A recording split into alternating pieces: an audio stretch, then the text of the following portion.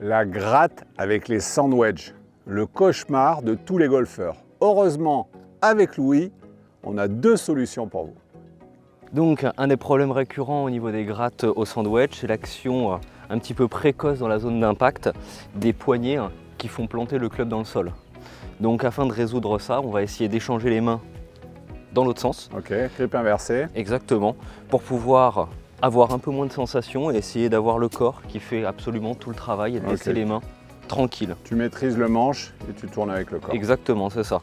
Donc là, j'ai beaucoup moins de sensations, donc ma main droite elle est un petit peu plus bloquée et j'essaie de tourner avec le corps de sorte à ce que la balle elle parte. Alors Louis, deuxième partie de ton process, deuxième exercice. Donc deuxième cause de gratte, le club qui va monter très vite, donc un énorme backswing pour faire très peu ensuite dans la traversée et le club qui se plante.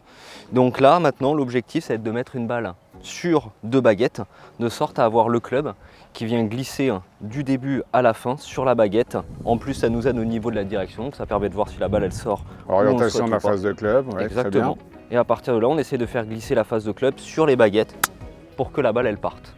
Donc le club n'a pas arrivé violemment dans la baguette.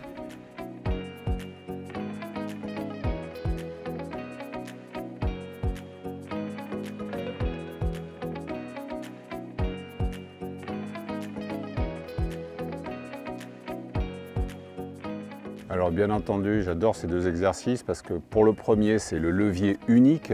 En prenant le grip inversé, on enlève l'action des mains et on travaille sur un centre de swing ici au niveau du sternum, un bras et un club dans le prolongement et un balancier symétrique.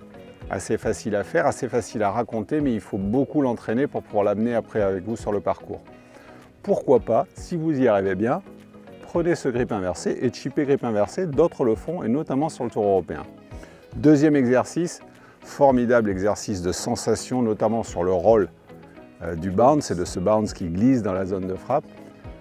Sincèrement, apprenez à faire glisser le bounce dans la zone de frappe. C'est une sécurité par rapport à vos contacts que vous n'imaginez pas.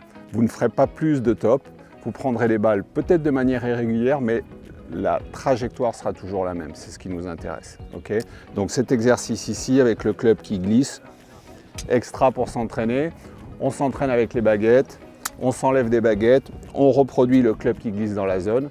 C'est exactement ce qu'il vous faut pour progresser. Merci Louis, j'adore ces deux drills, je vous invite à vous y entraîner énormément, vous allez voir vos scores vont descendre simplement en travaillant vos sandwichs.